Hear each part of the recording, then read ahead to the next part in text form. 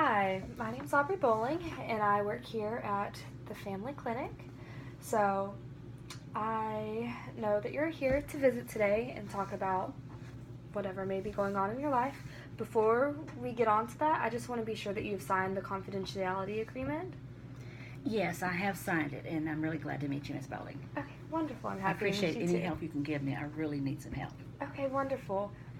Before we get going there with the confidentiality agreement, I just want to be sure that you understand that in signing it, that anything that is said between us stays here in this room unless you're of harm to yourself or another individual, and only then can I let anyone outside of this room know. All right, so even if it's something about other family members, are you going to share this with my brothers? Because these are some of the people I'm having trouble with. No. Not unless you were threatening to kill Okay. them or if you were threatening to kill yourself. But anything I just talk about, you won't tell anybody else that you can't do that. No, ma'am. It's just between us. This is a safe place. Okay. And so I want you to feel comfortable to talk about anything and everything in here with me. Okay, well that would help a lot. Okay, wonderful. So tell me a little bit about yourself. My problem is that, I have an elderly mother, and, we all know that's going to happen at some point in our life, but it's not something you can actually prepare for. We've gotten to that point, and I'm at my wit's end. I don't know what to do. I've got brothers. They're all retired. Everybody has time, but no one will come and help me with my mother. And it's gotten to the point where I can't do it by myself anymore. It's causing family issues. I'm getting very resentful. I don't want to be resentful towards my mother because she can't help it. She has Alzheimer's, diagnosed, and to me it seems like it's getting worse, and I don't know what to do to make sure she's taken care of and that she's comfortable and gets what she needs. So are you the only one caring for your mother at this moment? Basically, ever so often, one brother in particular, he will come by, but he causes more problems than he solves. He'll come by and, number one, sit and not help do anything. And he, when he talks to our mother, he seems to have a certain tone of voice or maybe certain keywords, and she gets more agitated. And then I am the one that has to calm her down. And it gets, very hard to do sometimes. Yes, because you're kind of left with the backlash of it all. That's exactly right. And I'm mainly the one who takes care of her. And, and I will admit, I am the youngest. I am the daughter. I have brothers.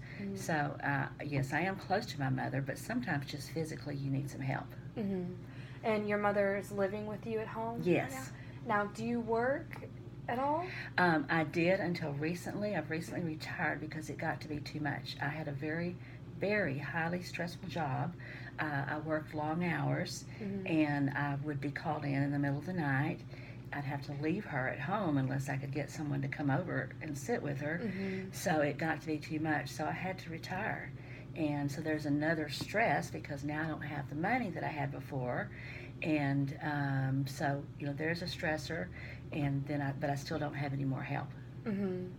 And with you being older and retired, is it also hard physically to care for your mother? Oh, very much so. Everyone in my family has arthritis and issues.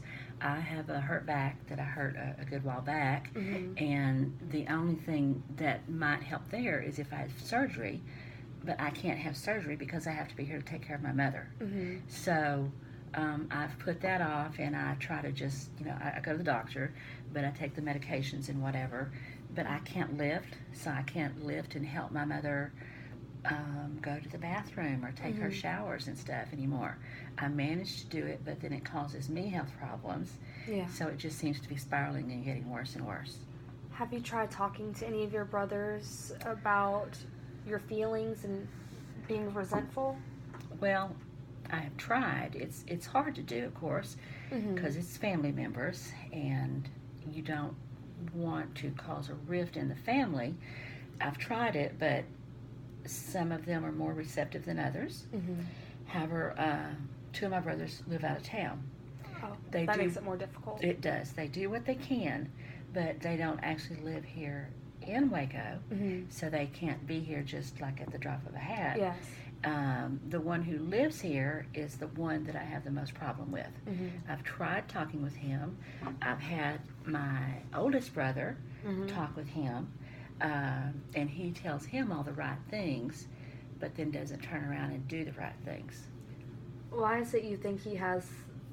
It seems that your brother might like to pick on you. Why do y'all have this type of relationship? We've always had a somewhat contentious relationship.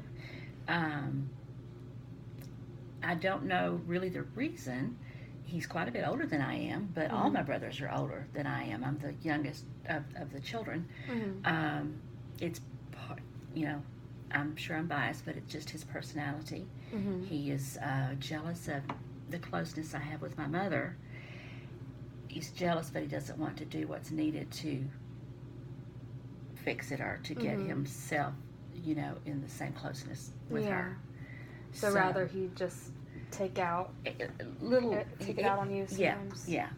And not out and out, but in ways that he knows will set me off. Well, and that does not help my mother. Yeah. So that's my main thing is what can I do? I know I can't keep doing all this myself physically, and what can I do to get some help?